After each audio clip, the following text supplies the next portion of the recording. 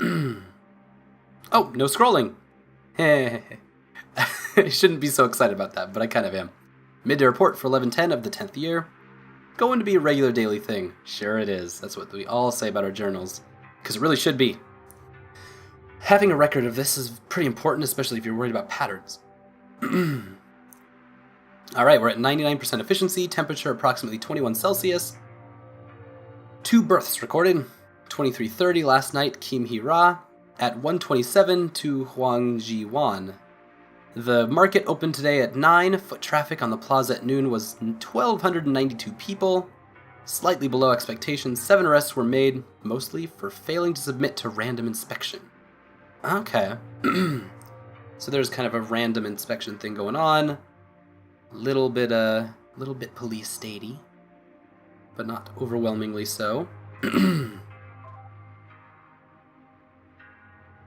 And let's see what Girl Talk's got to say.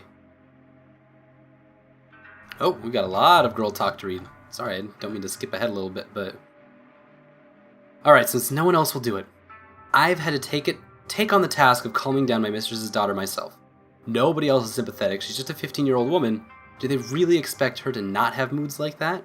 Apparently all the maids are too scared to bring her dinner while she's in one of her crying fits. What a bunch of useless women. Too bad the queen won't do anything to keep them in line.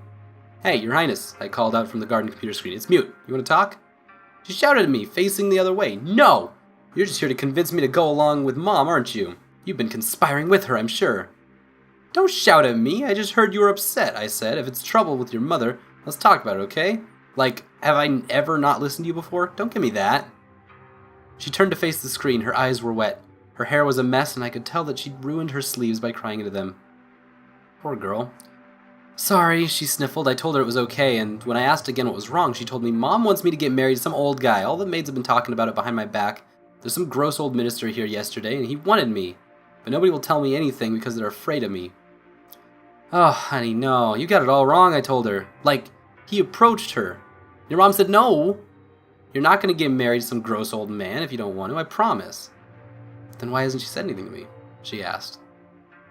Because she's been too busy spending the past 2 hours with her usual pastime of staring at a wall, was what I didn't say to her.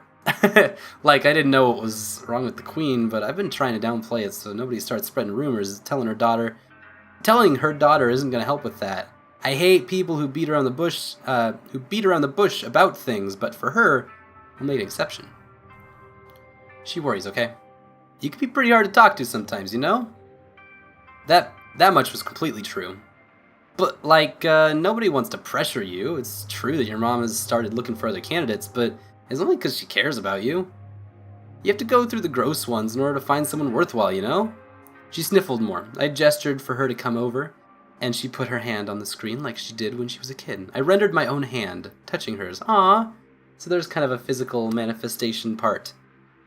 What if I don't want to? She said, wiping her tears with her sleeve. Her very expensive embroidered sleeve. Don't you want to? I asked, knowing she didn't mean it. I mean, like, you don't want to live in the palace forever, do you? Do you really find that fulfilling? Well, I don't know. Oh, come on! Don't think of gross old men. You should think of the type you'd like, I told her. Come on, tell me, what sort of men do you like? She hadn't sniffled in a good minute, and she blushed at the question, which was a good sign, because it meant she was actually thinking about it. She murmured something non-committal. How about someone like that Royal Guard Heo? Young-looking, wide-shouldered, strong, carrying you out of the palace and into the world. I suggested, oh, well, maybe, actually. But I'd like someone who could also... We spent about 10 more minutes talking. Trailing off right there. Clever. Yes, okay. Then she was calm enough to go yell at the maids for not bringing her dinner. Then we talked about it some more. I personally now have a very good idea of exactly what sorts of things that little woman likes in a man. I was pretty surprised by a lot of them, but hey, so long it's got her in a positive mood, she also likely learned a lot about what I have come to find attractive in men since I was turned back on 5 years ago. But I'm going to omit those from my logs forever, and definitely won't discuss it with anyone else. Okay, now why don't you tell your mom what you told me, I told her afterwards. How else will she find you someone perfect if you don't talk to her? Hey, suppose you're right. We've opened communication between the princess and the queen. Good work, Mute. Way to go. I suppose you're right.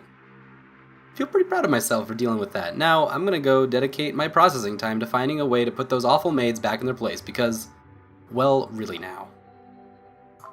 You get 'em. You get 'em, Mute. Good girl talk. Oh, I want to see what's up with this royal wedding, but I shouldn't get ahead of myself. There's a little bit extra on this story. Pardon me, sir. Can I take a moment of your time? Okay, thanks. I'm not really sure how to deal with something. I caught Officer Heo Sung-bok sneaking out of the palace late at night. Oh, he's one of the Princess's Royal Guards. He was off duty at the time, and I caught him after he'd been waved through the side gate. I don't know who waved him through without authorization since, you know, my cameras are pretty high angle, and those hats that are part of the uniform make it pretty much impossible to see faces. I assume it's whoever was on duty, though. Anyway, caught Sung-bok as he was on his way back. He waved at some peasant-looking young man out in the corridor. The incident occurred at like 4 a.m., so if he really was a peasant, it was totally past curfew, I may add. After the guy left, Sung-bok was alone in the corridor, so I popped up on the nearby screens. Whoa, he said, nearly jumping. Is that Mute? Yeah, it's me. You look really different, ma'am. And I thought you were dead. Got a kind of awkward, as one does when you're talking to someone who recognizes you but you don't recognize them. And also you've had your whole memory wiped. Well, I'm not anymore. I got brought back. I'm sorry. You are Officer Heo Sung-bok. Have we met before? Yeah, ma'am, a couple of times when you were older, I guess. I mean, not much. We weren't friends or anything. You just happened to be around when I was talking to Seo-ye. He stopped and then apologized before he could finish saying her name, and then just said, the old chief security officer. Yeah, I know. No, I know that it's taboo to mention her name. I was just saying. Were you outside the palace, I asked? Who was that man? Oh, just a friend. Should get back inside now. It's nice to see you're alive, ma'am. I don't know, he didn't seem like a friend to me. Even going past the whole peasant thing, it's not... Yeah, exactly. Okay. If you say so, really. I didn't know that was a thing men did. I guess you learn something new every day.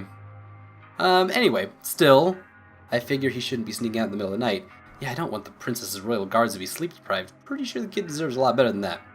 I don't know if it's a disciplinary matter or not, and I didn't really want him to get a dressing down from a woman because it's not really appropriate, but yeah, okay.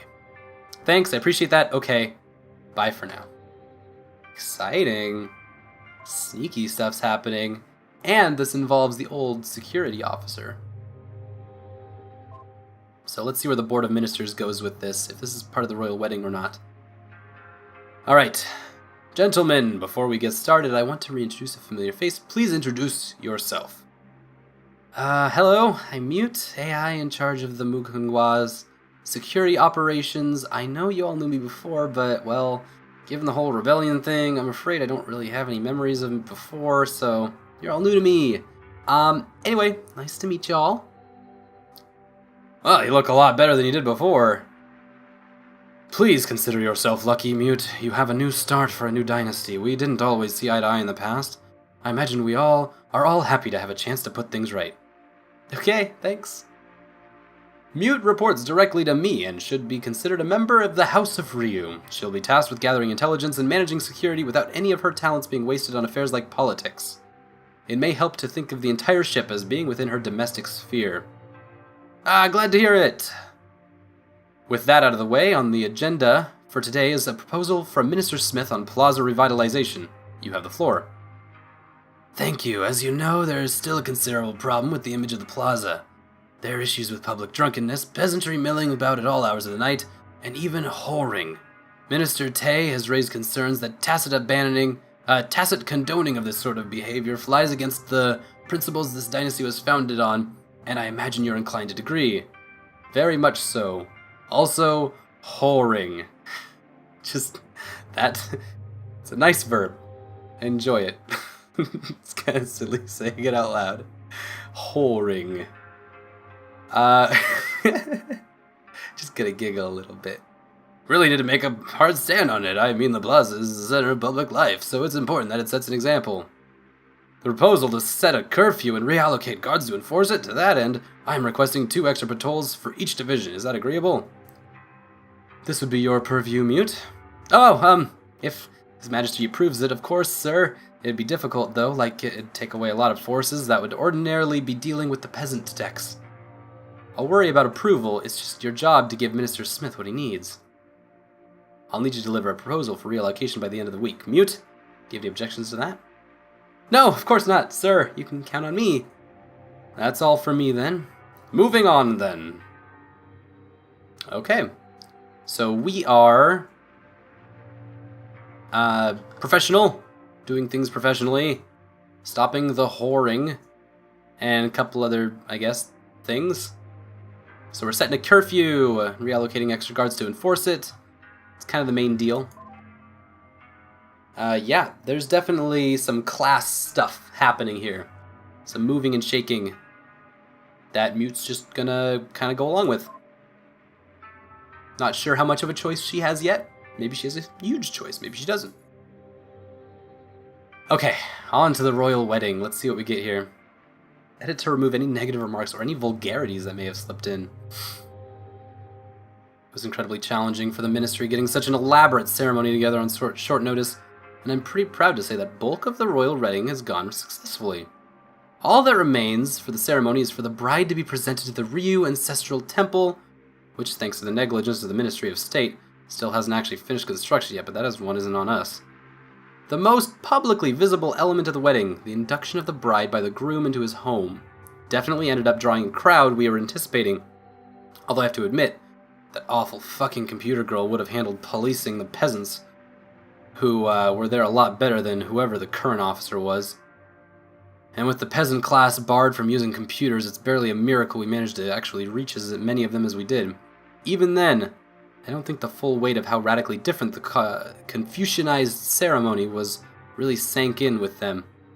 This wasn't unexpected, though. As far as I can tell from the reference material, that's available in paper books. Even our ancestors in the original Joseon dynasty had a hell of a time educating people on that matter. And thanks to what we know, we're off to a strong start in trying to emulate them. So, a Confucianized ceremony, they're taking it way back, and apparently that means not using computers, including that awful fucking computer girl, which I'm assuming is Mute. Regardless, there was a wide range of people in attendance, from peasants to beauties like Heo Aejong and her cute little sister to former Chief Counselor Smith, and I have no doubt that between the procession and the fabulous traditional royal attire on display, we've made every one of those spectators dream of having a wedding like that.